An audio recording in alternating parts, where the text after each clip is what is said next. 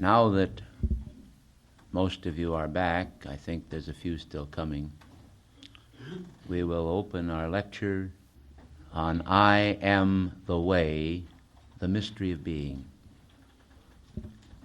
I think that the love of God is such a beautiful gesture that it seems to me utterly important in this conference that we should turn our attention to the love of God that has made possible the revelation of the mystery of being or beingness. There are times in the lives of almost everyone that is a thinking, sentient being that he asks himself the question, why am I here on earth? What is the purpose of my being here? Where am I going?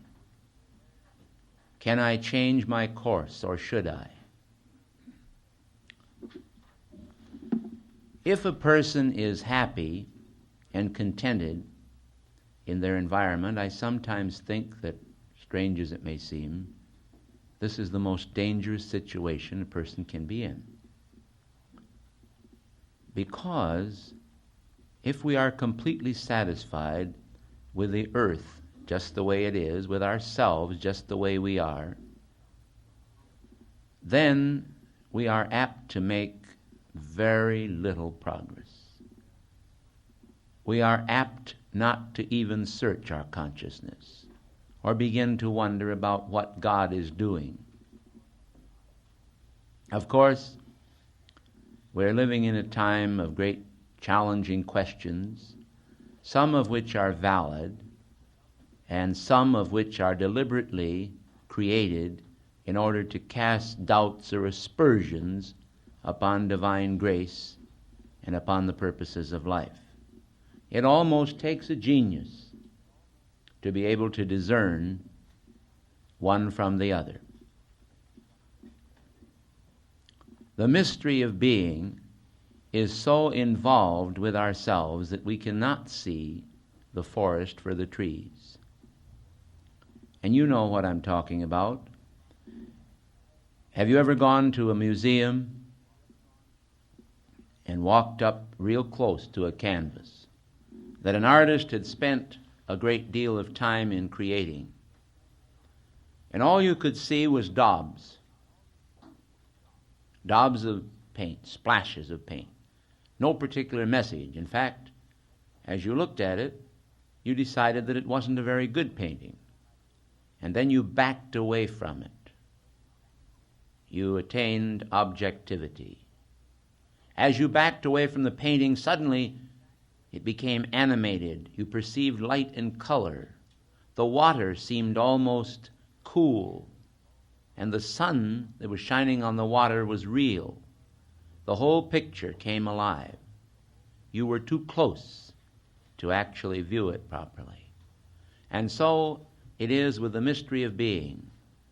The answers lie within ourselves, but we are too close to ourselves. It's like the barber cutting his own hair, or the physician healing himself, or the dentist pulling his own tooth. A lot of other ludicrous situations could be developed. Yet this is a do-it-yourself project, because, strange as it may seem to us, because of the transformations that have actually been introduced into life, we ourselves must become our own saviors. And this is exactly what God expects us to do. We read about God our Savior, but this God is within ourselves. And He is there for the precise reason that He intends to act through the self. An action of God through the self is exactly what we want. An action of the human self trying to pull himself up by his own bootstraps, literally, may be praised. We may say this is a noble effort. But it does not carry us very far because we lack the power to overcome the inertia which is builded in to civilization on this planet. The inertia that has kept this planet from actually fulfilling its destiny. Now, this is very much linked with being and beingness and the mystery of being. As we see it from ordinary viewpoints, we read about 4,000 or 5,000 years of history. We go back to Genesis in the Bible, and the earth seems to only be a world peopled with human beings that has actually existed for 5,000 or 6,000 years. Yet science goes out here and digs up a fossil, the bones of an animal or of a primitive Homo sapiens, which is man, and when they find this fossil, they tell us, well, now let's see, this fossil is 12,000 years old, or 25,000 years old, or 100,000 years old, and we begin to ask ourselves a few questions. Down at that Scopes monkey trial down in Tennessee with William Jennings Bryan and Clarence Darrow, we witnessed a conspiracy taking place right before our eyes. But it's a strange situation because there's been so many transformations down through the stream of history. One of the first transformations, of course, that occurred that has so obscured the realities of life was the transformations of taking the secret teachings, the secret doctrines of Jesus, which he taught to his disciples in secret, and more or less losing it as far as the masses go, and creating an outer exoteric religion from the great esoteric truths which Jesus taught. This was done so long ago, in hundreds of years, that it's difficult for us to exactly pinpoint where it occurred. But we do know that in the time of Constantine, this great pragmatist, this dominant man, decided that he was going to take over the burgeoning Christian movement, and that in taking it over, he would do away with the troublesome Christians who were plaguing the empire and causing great problems. So he did. He took it over, and he sat there, Constantine, the Holy Roman Emperor. He ruled the church. He ruled religion. He celebrated Mass. He wore the rich vestments of the church. He went out on ships, and he worshiped Jesus very piously. Down below him in the hold of the ship, the galley slaves were sweating and straining at the oars while he celebrated Mass, and the oarsmen would beat the rhythms of the oarsmen, the direction to the oarsmen. Constantine was oblivious to these problems because now he had been elevated to a position of great importance. He had taken over the Christian movement. And so we perceive the first mark of the beast in this great takeover of Christianity. Once a person takes something over, once a person gains control of the administration of anybody, he can just about do what he wants with it, providing he reckons with the insidious numbness of the brains of the masses. So Constantine did all of this. It was Machiavellian. It was diabolical. He took over. And then, of course, we know something about Theodora and Justinian. We know what they did to the church. And so you see the church and the pure teachings of Christ have been warped again and again. And how were they warping them? They were warping them so that they could control the people through religion. They wanted to control the people. And we today, in America, a Christian nation, inherited the Christian religion, which is pretty fine even with all of its errors. But we inherited it after distortions had occurred of all kinds. And these distortions presented to us an anthropomorphic God, a God made in our image, a God that Cotton Mather could use to actually slay the real God, a God that John Calvin could use to hang men in Switzerland, a God that could so distort religion that love died away and hate was promoted as love. And so it's easy to see how James Michener, in his movie Hawaii, could create an image of the Christian religion that would make you sick to your stomach to look at. The older people then, who were once young people, as the young people are today, knew religion at a time when a lot of the best elements of the Christian religion were functioning. People were quite nice. They tried to live, many of them, according to the tenets of their faith. They just didn't know that they were off base. But then, the dark powers in the world, desiring to create Antichrist and to overthrow religion, to enthrone the Madeleine Murray O'Hares and all of those who would cast down decency and respect and honor in a nation, and therefore destroy the nation,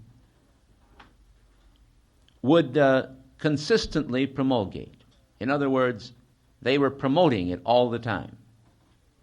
And so we have had an awful lot of changes in our country and in our world, and all over the world, wherever I have traveled, I have noted that the ivy vines that now grow around the church conceal buildings where the mortar is out of the stones and the stones are settling and the buildings are being destructed and they're not being inhabited by the people.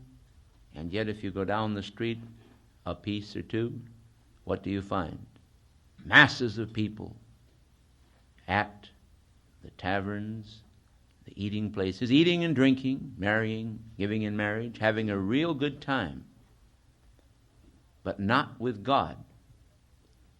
And religion then has been distorted so that people will find it unpalatable. They just don't want it. It doesn't do anything for them, and they know it.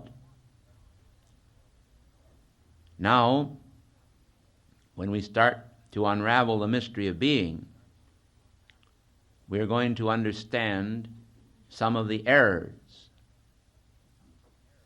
that have been introduced into the Christian religion. I'm going to let you figure these errors out for yourself because I think it's best that way. You see, if people had known the truth all along, they could have been free from error. But how are you going to argue with your grandmother when she's actually sitting there and telling you about God as she's been taught? How are you going to argue with your father and mother? They're older than you are. They know how to play with matches. They know how to build fires and houses. And they know how to do so many things, and you're a child. And they tell you about God, and you believe them. And so the power of tradition is not easily overthrown. Only in a generation where the parents have so horribly misbehaved with wife swapping and every other type of immoral condition being rampant in this nation, only in that kind of a nation could you finally take a group of young people and cause them to see the light that religion was actually not telling the truth. And this is the way the evil powers intended it. So it is very important, regardless of your orientation or mine. And I was born a Methodist. It's very important then that you and I should understand the truth that will make us free. And I'll tell you why. None of us have all the answers. I don't have all the answers. You don't have all the answers. And I doubt very much if you put all that we knew together in this room that we would have all the answers. Because there's always going to be gaps in our understanding. But if we keep on keeping on, any one of us can eventually become proficient in understanding intellectually what has taken place. Now, this intellectual understanding may not do much for us in a spiritual way. It isn't going to take us to heaven. It won't take us to God. To understand the machinations of evil is not going to save your soul. To understand the history of the church is not going to save your soul. To walk into a building and listen to anyone speak is not going to save your soul. The role of soul saving is something that has to be brought about because we understand the nature of our being, and we ourselves are able to contact God for ourselves. This, of course, is the program that we are developing here in all of our work. It is not the work of a night's lecture. It is not the work of an entire conference. We will give you a piece of the puzzle in each conference. Some of you who have been coming to every conference we hold in any part of the nation for many, many years know that you have assembled many pieces of the puzzle, and you also have found confirmation through the years of these pieces. It is the masters of the Great White Brotherhood's desire to try to always be aware of the fact that we never hold a public meeting in which there are not people who are thoroughly familiar with the subject on which we speak, and there are people who are totally unfamiliar with it and wouldn't know the difference if we made a mistake or not.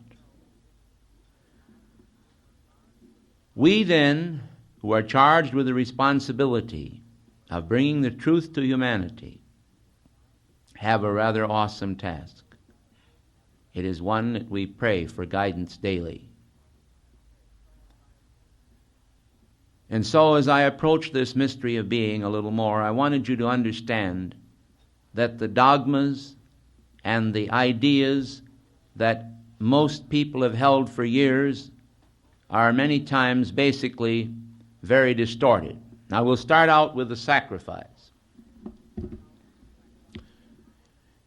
Man, in his concept of the anthropomorphic God, has believed that God is made in his image rather than he is made in God's image.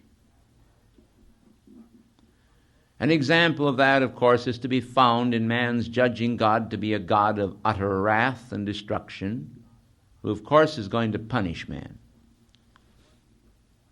for his sins. These do not realize that man is already punished by his sins, and that God's laws have brought this about automatically without his ever being aware of man's iniquity at the higher levels of pure being. Mine eyes, he says, are too pure to behold iniquity. And this is true. So now we're starting out with a sacrifice. We find Abraham, the old patriarch, carrying his son down the road, leading him down the road by the hand. And where is he taking him? To an altar. And why is he taking him to the altar? Because he's going to kill him. God has told him to do this thing. This is the child of promise, the child that was born when Sarah was almost 100 years old. And she laughed when the angel, the cosmic being, came down and said, "You're going to have a child." She says, "Shall I, when I am old, have pleasure?" And she laughed. And the angel said, "You're laughing." She said, No, I'm not laughing. You know how people are. They're frightened, you know. She didn't want to say this.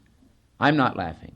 So the angel said, "No, nay, but thou laughst, and thou shalt surely bear a child, for I will come to thee in the appointed time." And it was so. And the child of promise, Isaac, this beautiful child, who was to be the father of Jacob, or Israel, this young prince this young son of Abraham, the patriarch, was to be sacrificed to an angry God to appease him because of someone's sins. Do you see? All right. When Abraham got out there and laid the child upon the altar, by this time Isaac was a bit afraid, and understandably so. If they took you out there and tied you up and drew out a knife and got ready to plunge it into you, by that time you would know the purpose of it. So he was afraid. Then the angel appeared, says, Abraham, Abraham. And he turns. The angel says, don't do this. It was just a test. God is going to provide the sacrifice, and there's a ram caught in the thicket by the horns. So he offers up the ram instead of the son. Now, all along the line, way back in Israel, and even here in this country and through Christendom, the idea of the sacrifice has always been primarily accepted by humanity.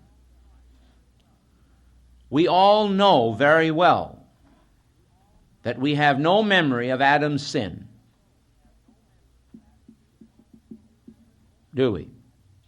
Any of you remember it? Yet death is supposed to be passed on us all because of it. All right. Were you there when they crucified my Lord? You don't remember that either. But if this sacrifice of Jesus was supposed to wipe out the sin of Adam, and death was supposed to be the inheritance of man because Adam sinned and passed it on us all, then when Christ died for our sins, quote, then life should have been passed to us all, and the sin of Adam should have been wiped out immediately. Salvation should have been automatic. There should have been no need for man to fear. He should have been restored to the heavenly estate. This is plain. It's so plain that people overlook it. Therefore, in the mystery of being, the first thing that we all must understand is that while there is a universal represented by a circle, the dot in the center of the circle is you and me. Now, I realize there are other interpretations of it, but just for this analogy, I'm using it that way. The little microcosmic man is a universe just as surely as the great circle is the greater universe. And so, we ourselves are totally responsible for our development. And those who have taken the highest initiations and have spoken to those of us who are neophytes in the eyes of God, they have told us the secret. And this is what they tell us, that every one of us are God. That we are the God of very gods. Oh, now what are we talking about? A panoply of gods. 3.5 billion gods upon this planet. Well, they don't act like it. They act like blind, dumb, driven cattle. How can they be gods? This is more the pity, isn't it? Because the truth still is the truth, and man is God. This is the reason why we have the frightful things occurring on earth today. Because man has the power of God latent within himself, including the power of manifesting the Christ in himself. Man as God is his own spiritual father, and yet, in reality, the Father is all one because man is all one. We just seem to be different. We have different manifestations. So man is God, and man brings forth the Christ. And something here has to be saved. What is it that we're going to save? If God created man in his own image, how are you going to save that image? This is the whole point. You must save that image from destruction. It is already in bondage. And who is the image in bondage to? To the misused free will and to the mass effluvia, to the consciousness of the world that thinks hatred and struggle, that thinks small when it should think big, that has defrauded itself by its wrong thoughts, that is forever condemning oneself as well as one's fellow men. And condemnation is so absolutely wrong that I am going to ask the Master to put the vibratory action of Christ into this statement as I make it.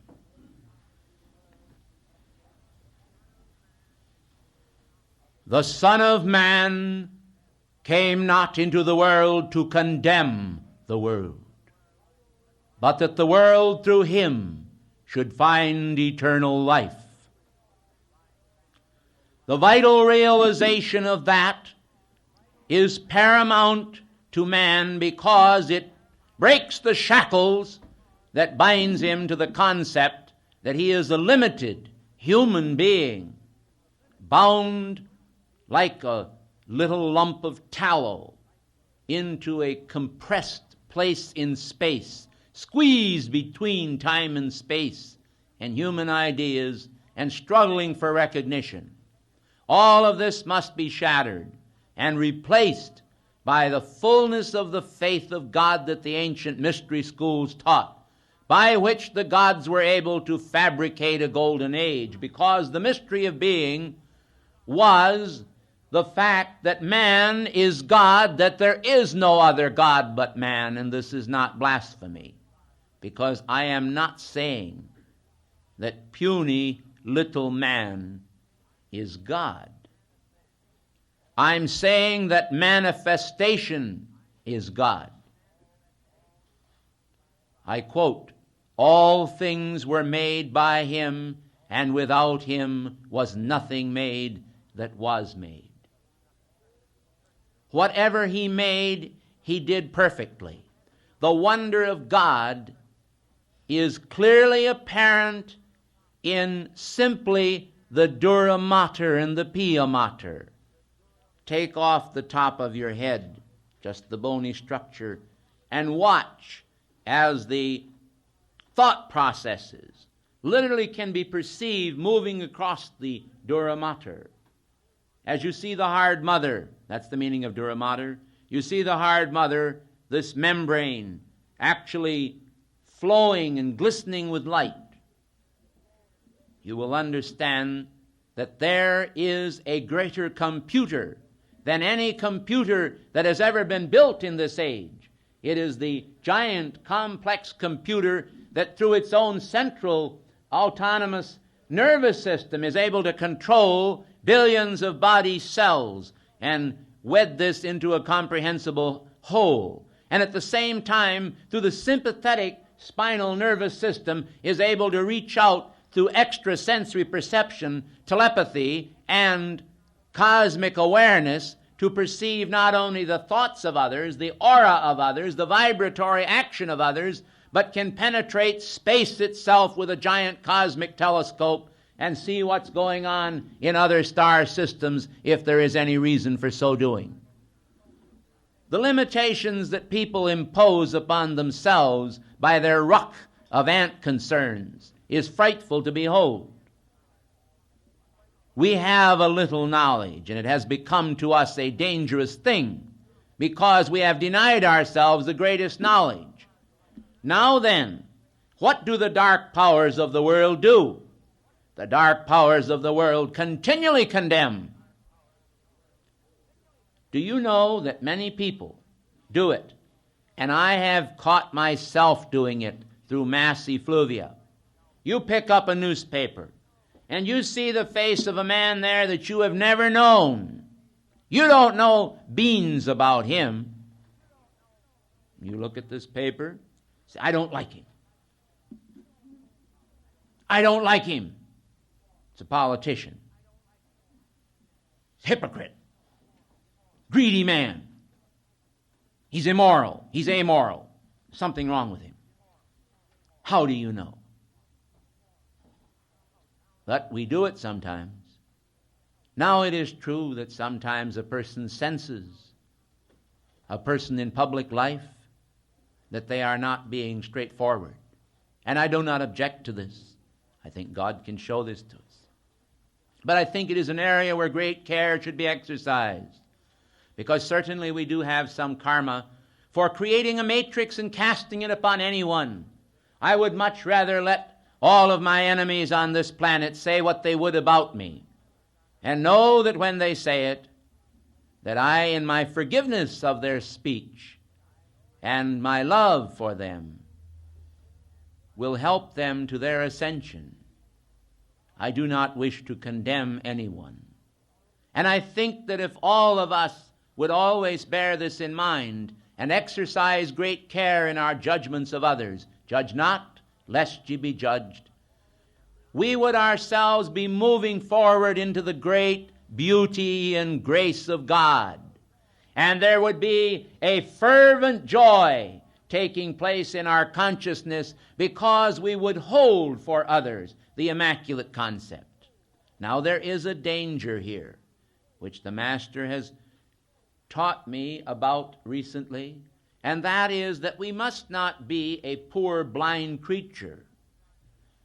We must be able to recognize, if we see a hangman there with a rope, a noose to put around our neck, that maybe we better step outside of the area if we can, while we still have a chance.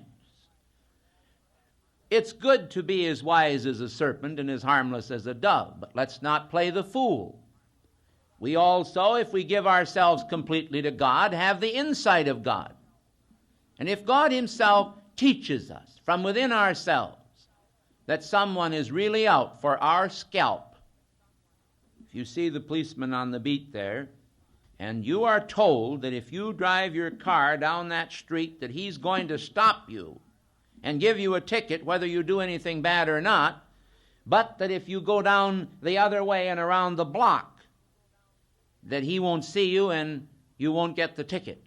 You better heed it if it's intuition, because sometimes the masters are working to help us. In fact, they're working all the time to help us. But you see, we don't always listen. I think it was several months ago that I had the opportunity, when Master Moria told me to go out and buy $50,000 worth of Asmara oil, and of course I don't have $50,000, but he told me to go out and buy $50,000 worth of Asmara oil at $6 a share. And I said to myself, well, now are you sure that was Moria talking? Because you know the masters are very subtle. You know, they speak, but there are so many things going on in the world. We have so many demands upon our attention that any one of us can sometimes question. And of course, I would have had to done this with someone else's money, someone who trusted me. And so I didn't buy it. I only bought 100 shares. But where did it go? It went from $6 to $40. In 3 weeks, or a month, I forget just how it was. It's down now.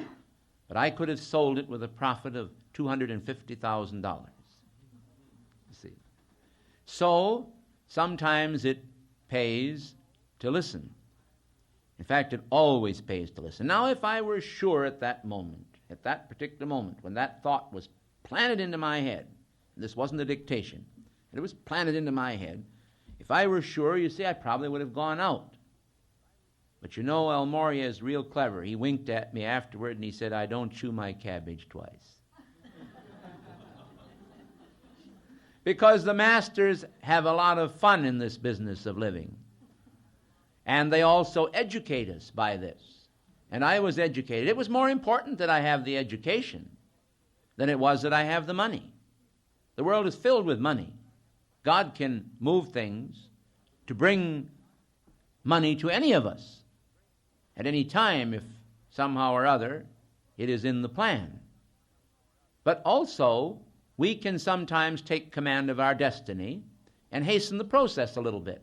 And that would have been a case right there where I would have been able to hasten the process just a little bit. But all is not gold that glitters. And more important than dollars is love and wisdom. You know, Solomon asked God for wisdom, and he gave it to him. And I think that holy wisdom is more important than anything else. And, you know, we learn through experience. Experience is a great teacher. So, if man is God, how come he's in the present state? Well, it's just exactly as I illustrated to you, because he doesn't always listen and he's not always sure. So my recommendation to you is to realize that there are many things that you are sure of. And I'll cite a few. You are sure that kindness is better than unkindness. You are sure that to say a kind word to someone or about someone is better than to say an unkind word. You are sure that if you express love in your heart to God and your fellow men, that this expression of love is better than expressing hatred. You are sure that if you think pure thoughts and good thoughts and wish the world well, that this is better than wishing the world ill. You are sure that if you avoid criticism, condemnation, and judgment, and decide that you're going to engage in praising the God in people, that this is a good act. Do you see how my thinking is going? Can you follow me? In other words, there are a lot of things that you can be sure of, and there's a few things you can be unsure of. Well, if you're unsure of something, when in doubt, there are several courses open to you. Now, in the case of Azamara oil, I could have bought $25,000 worth of it, you see, and then I'd only been half wrong and half right. You see what I'm driving at here? In unsure matters, you can either play it by cutting it in the middle, or you can play it on percentages, or you can get down on your prayer bones, and you can pray and pray and pray and demand guidance of God. You know, I'm convinced that if people spent enough time, they could ferret out anything. It's like a lot of cases where people with great spiritual perception have been fooled by human beings.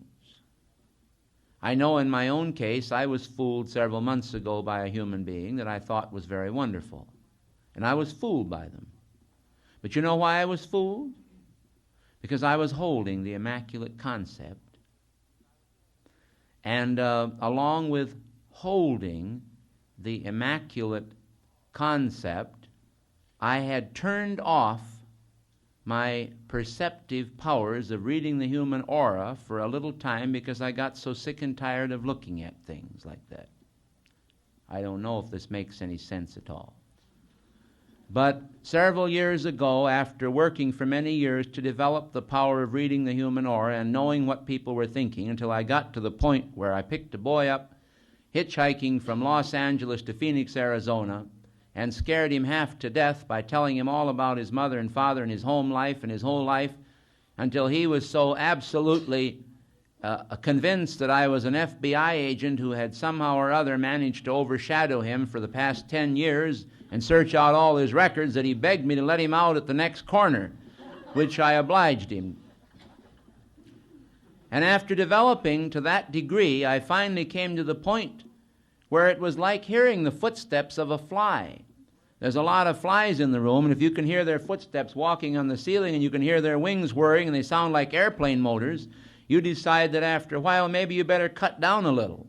And so I decided to cut down a little, and I cut off deliberately a lot of my perceptive faculties, and I became very idealistic. And I said to myself, now you've just got to think good of everybody you meet. And so someone came along and fleeced me very, very, very cleverly. And it all happened while I had my blinders on. And I said to myself, you idiot. I said, you knew very well that this was the way it was. You knew this in your own heart. At the very beginning you knew it. And yet it happened. Why did it happen? Because of that Immaculate Concept. And I was about ready to call the Immaculate Concept something that I won't even call printable. But you see, this is not true. The Immaculate Concept is the most beautiful thing in the world. But you can see how you learn lessons sometimes the hard way. You learn it through karma. That's a case of where I learned it through karma. And we all have these experiences. Don't knock them. These experiences are also a way of learning and becoming a little bit more perfected. And calm down a little bit. They cool you off sometimes up in heaven by pouring a little bit of water on your ambitions. And this is sometimes good. The most important thing then, in connection with the mystery of being, is to go back to Moses in the Sinai desert. Moses is out there in the Sinai desert. He sees a bush burning, and the bush is not burning up. He's been kind of a shepherd in his life. He knows about sheep herding in deserts and bushes, and he knows that bushes don't keep burning, especially little bushes, unless they burn up. And when the bush keeps right on going, he says, where's the fuel? And there isn't any fuel. So he keeps getting closer and closer and closer, and out of the burning bush comes the word, take off thy shoes from thy feet, for the ground whereupon thou standest is holy ground. Who are you? I am the Lord thy God. Quite an experience. He takes his shoes off. He stands and he listens. And then God tells him to go down to meet the Pharaoh of all Egypt. He was raised by a Pharaoh. He knows the power of the rulers of Egypt. He knows also Egyptian black magic. Did you know that Moses was trained in it? He knew it. I don't say he practiced it. I said he knew it. He knew about it. So he's just a little bit afraid to go down and face that ruler of Egypt. And he says, well, who am I going to tell him sent me? Here God says, you go down and tell him, let my people go. Let the children of Israel go. Well, they were a good lot of slaves. And the ruler of Egypt didn't like the idea of letting his slave labor go. So, what happened? He says, who shall I say sent me? What is your name? He said, you go down, he said, to Pharaoh and say that I am sent you. I am that I am. And this is the mystery of being, that you are God. All of us say I am, which is the name of God. When we were first given life, at the very beginning, the first words we uttered at inner levels were, why, I am. Because we had awareness of a separate ontology, of a separate beginning, of a separate origin. We were aware then of ourselves. We existed in God's mind. You know that song, when you were a gleam in your father's eye and a smile on your mother's lips? Well, we existed in God. We were a smile and beauty in his eyes. He planned for us, all of us, each one of us, and even the unborn. He planned for them all. Well, you can keep track of billions of body cells, can't you? Doesn't the computer of your consciousness take care of your body for you quite well? Hasn't it taken care of it for 30, 40, 50, 60, and 70 years in some cases? And I think we have some people here almost 80, and some who are 80.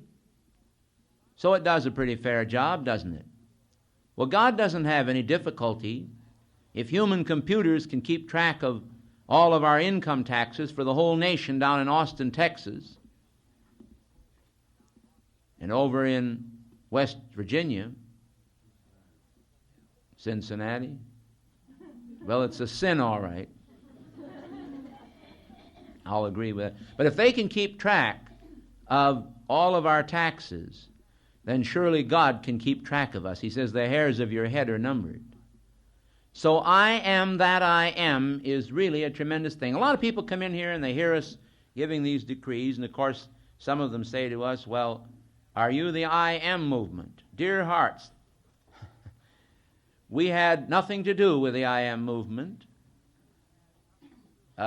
Christianity certainly is not Judaism, yet it is supposed to have come out of it because there are elements of Judaism in Christianity. And there are elements of the I Am teachings in our work. But the I Am teachings themselves were created long before the I Am as an organization existed. Do you understand that?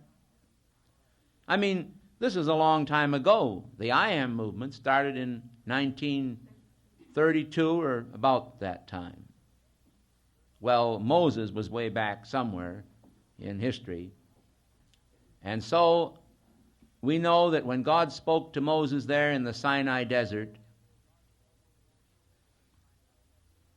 that this was a beautiful experience for Moses that imparted faith to him in connection with his being. Now, this is why I'm telling you now that the mere saying of I am, I am, I am has a tendency to cut us free from limitation because it's the name of God and there's power in the name. Someone said about Jesus, there's no other name under heaven or earth by which a man can be saved except the name of Jesus. Do you know what Jesus means in Hebrew? Savior or salvation. And it says in the Bible that God is our Savior. And it also says that I am that I am, and that's my name. So call God Al-Shala, Elohim, Elohim, call him whatever you want to call him. He's still God. A rose known by any other name smells just as sweet. But the name I Am is really the name of God. And we're not talking about Je suis in the French, or Ich bin, I think it is in German. I mean, we're not talking about that. We're talking about I Am, because this has a tremendous power. It's being, beingness. And there is the power to draw energy.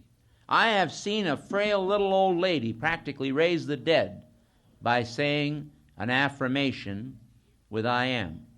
And I have personally experienced healings in my own world that I'd like to tell you about in bringing this to a close.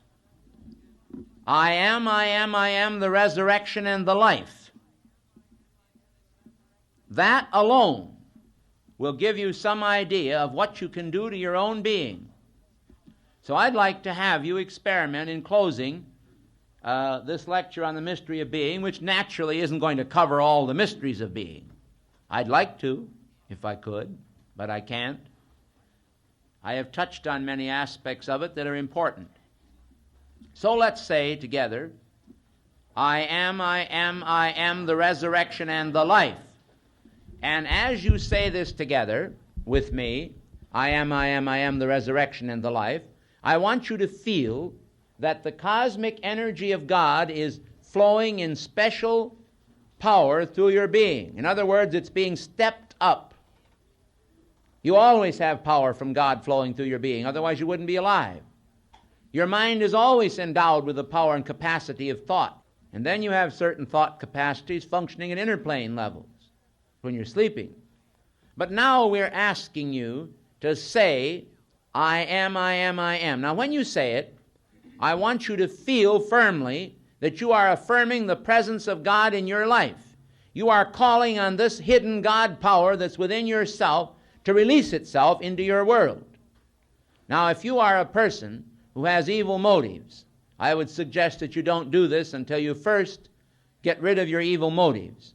Because when you say, I am, I am, I am, and then you put something that's evil after it, by wrong thought, you can energize the wrong a great deal and naturally increase your karmic load.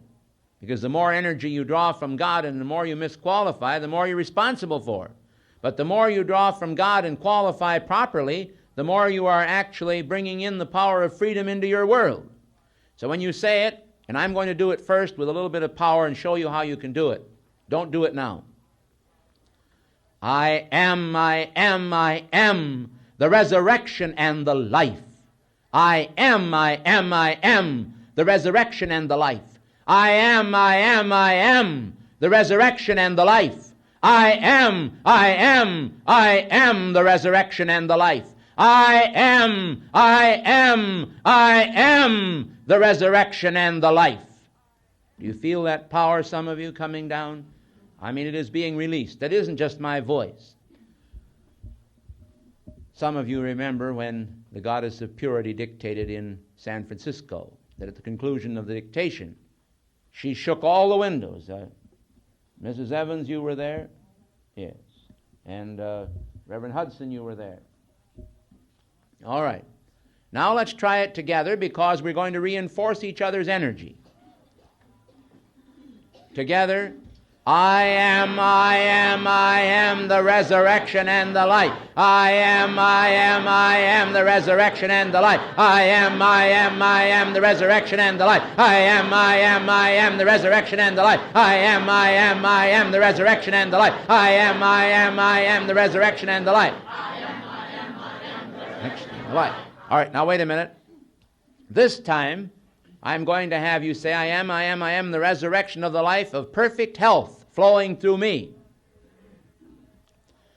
I am the resurrection and the life of perfect health flowing through me. I am the resurrection and the life of perfect health flowing through me. I am the resurrection and the life of perfect health flowing through me. I am the resurrection and the life of perfect health flowing through me. I am the resurrection and the life of perfect health flowing through me. I am the resurrection and the life of perfect health flowing through me. I am the resurrection and the life of perfect health flowing through me. I am the resurrection and the life of perfect health flowing through me. Resurrection of the life of perfect health flowing through me, and I consciously accept this, manifest, and I consciously accept this, manifest, and I consciously accept this, manifest, right here and now with full power, eternity sustained, all powerfully active, ever expanding in the world of full, till all our holy ascending in the light and free. Beloved I am, beloved I am, beloved I am. Now let's try it. I am the resurrection of the life of God's eternal youth flowing through me. Let's see if we can make you glow a little bit. I'm going to do a little alchemy on you now. Oh yes, you just wait.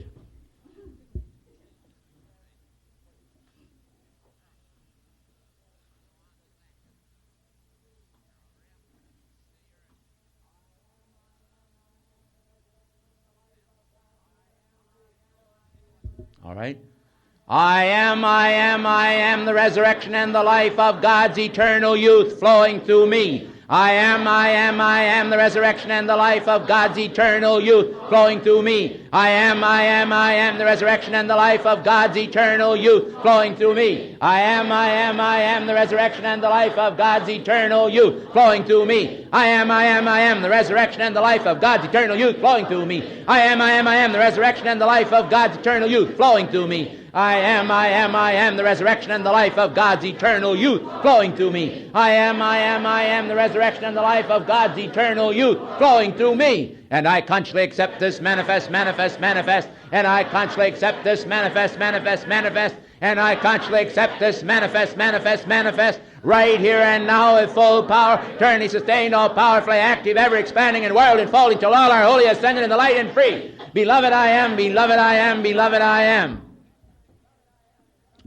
That's better than cheerleading on a football field, isn't it?